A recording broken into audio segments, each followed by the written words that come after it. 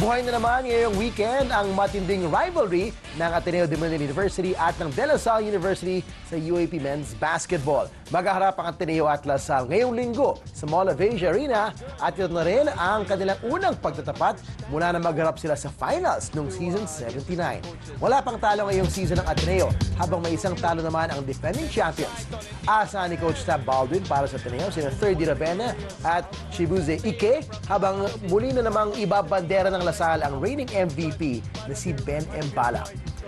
Sa Sabado naman, maghaharap ang University of the East Red Warriors at ang University of Santo Tomas Tigers. Parehong wala pang panalo ngayong season ang UE at UST at siguradong pareho nilang ayaw nilang maiwan sa ilalim ng team standings sa pagtatapos ng first round. Gaganapin ang mga dalawa ngayong weekend sa Mall of Asia Arena at mapaparoon din ang live dito lang sa SNA.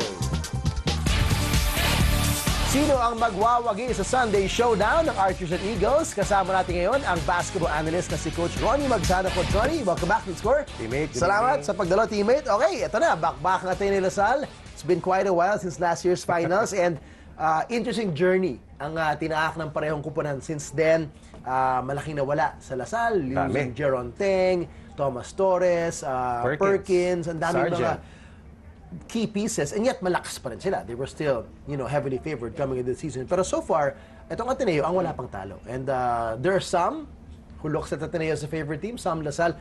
Let's look at it one by one. For Ateneo, ano nakikita mong kakaiba na nagagawa nila Coach Tab this season while they're playing better than last year? Yung mga binanggit mong mga nawalang players for LaSalle, I think total about 5 or 6. Sa Ateneo, only 2 players, Adrian Wong at si G-Boy Babilonia. Anong kakaiba? I think this is a team that has flown under the radar, has given Coach Tab the liberty to work really hard and instill yung philosophy na hindi niya masyadong nailagay last year. Ngayon, sobra yung disiplina, vast improvement in skill sets, at higit sa lahat yung cohesion, litaw na litaw. And at any given time, any player can perform, and that is what they've shown, and that's why they're so far unbeaten in 6 games. Coach, gaano kalaking diferensya ang mabigyan ang isang head coach like Tab Baldwin ng isang buong taong paghahanda compared to last year's UAAP season where he came in at the start of the year, parang a few months away lang. Diba? Iba yung time to prepare and as you said, instill the philosophy. How big of a difference really is that and how much is it showing this year for Coach Tab? It's a world of a difference, especially if for an elite coach.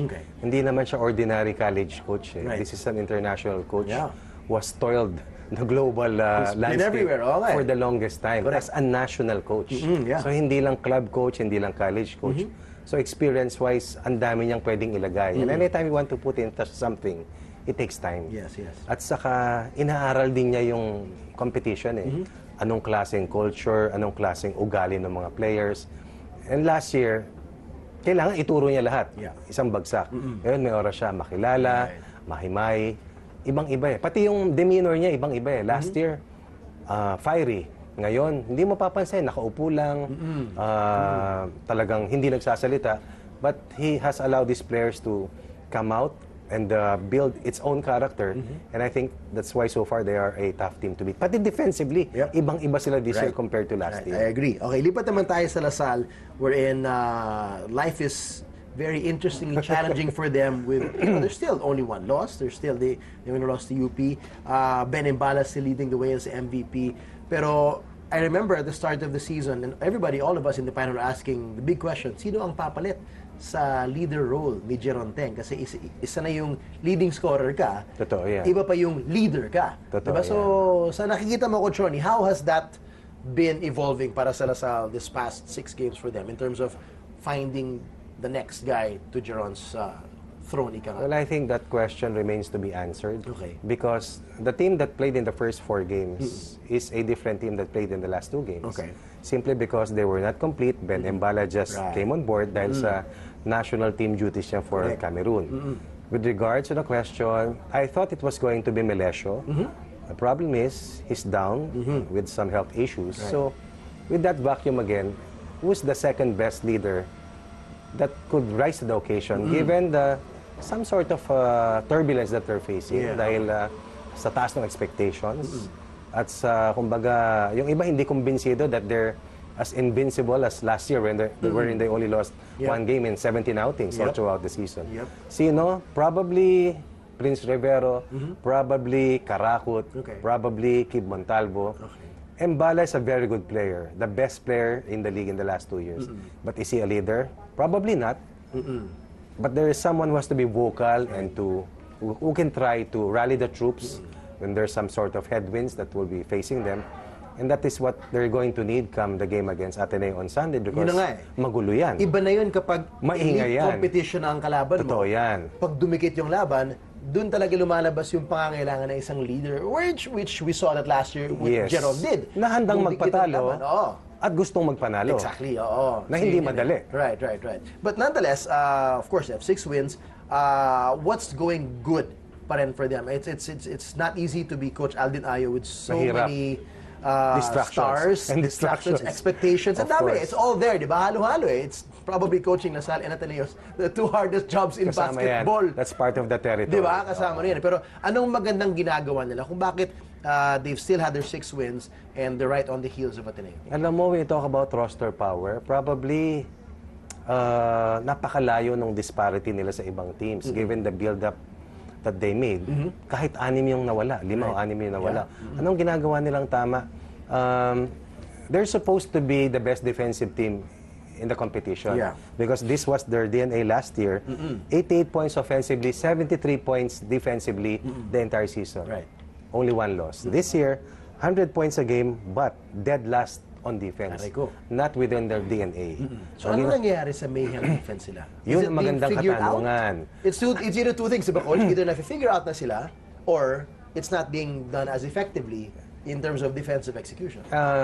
During the time that I got the chance to cover the team and of course watch them over TV, laging sinasabi ni Coach Chan, Coach Ayo, na yung individual coverage natin masama, too many blow-bys, hindi kumakagat yung depensa. So he himself is complaining about the effectiveness. Binabanggit niya yan. Lalong-lalo na nung game sa UP, game sa NU, and that was only, I believe, their 2nd game of the season. Correct. But akala ko, dahil wala si Ben Mbala, walang last line defender, walang rim protector. But eventually it got worse when he came in. They've given up 100 points to UE, 98 points to UP, and that is not within the character of the team. Ano nangyayari? Probably handling success, that's 1. Number 2, probably selling the idea once again that's going to be their defense, that's going to get them to the top. And number 3, siguro hindi pa ganun ka-solid sila defensively. May mga nagkasakit, kung anumang distraction, and so on and so forth. But they have to come together because yung first round is almost over. It's like a sprint. And the second round is almost going to be the same way. Within a month, you're done. Playoffs. In 2 weeks, you're done. And you know, but still, we gotta put it where it is. They're 6-1. Yes. They haven't hit their peak. Yet, napakahirap talunin. Yun na nga eh. So, yun ang interesting kasi nga, nabanggit natin na first 2 games wala si Ben. And that also includes the first few weeks before the start. A month, I believe. Yung wala siya sa ensayo. Yes. So, malaking bagay yung Malaki wala siya sa team. Not just for the games, but so the rhythm with him. So, you think there's time here within, kumbaga they're getting their rhythm within the tournament. Totoo yan. There's time enough to really hit their stride na kasama si Ben. I believe so. But kailangan pumasok dito yung humility, yung unselfishness because naniniwala ako when JT was there, Geronteng, he was the alpha of the group. But right now I think there is a loss on which who should step forward to assume that role. There is no such thing as tandem leadership in a team. There's always one who has to grab that throne. Yun ang inaantay na lumabas, yun ang inaantay na ibigay. Because probably there's a struggle right now for the players to find who should be that one, who should be behind the leader. But once they get to identify that and rally behind the presumed leader, then I think things will be better for them. But offensively, it's not a problem for them, no, in terms of technical standpoint. But defensively, they have to be better because it's not them that's winning with a very small disparity of +8 only against their first, doon sa una nilang 6 na panalo. Before I let you go, Ateneo side again to wrap it up, ang daming mga surprise, ika nga, no, na performers. Every game. Para sa'yo, sino yung sa dami ng mga surprise every game, no? Who's been the most significant for you na surprise performer that will really be significant for this game and for the second round and possibly in the Final Four and finals for them? Probably si Ike. Because that has been the donut for Ateneo in the last 3 years. No? Doon pa sa panahon ni Coach Bo. Pero since nawala sila Raba. Oo. Yes, Pero sa nilaro niya from the first game onwards, together with Vince Tolentino and Isaac Go, I think the maturity and the development as a player is there already for Ike. And the confidence is also showing for him. And because of that, and the emergence of Thirdy Ravenna as the acknowledged leader, at yung skill sets na improvement ng lahat ng elite na players, mahirap na silang tibagin. Pero si Ike is going to be key if Ateneo is to go all the way this year. Alright, very fun indeed. Talagang lalo po nating abangan ang laban ng Ateneo at Lasal. Parang of all the years, this is one of the most exciting matchups talaga na we see. The blue go up against the green.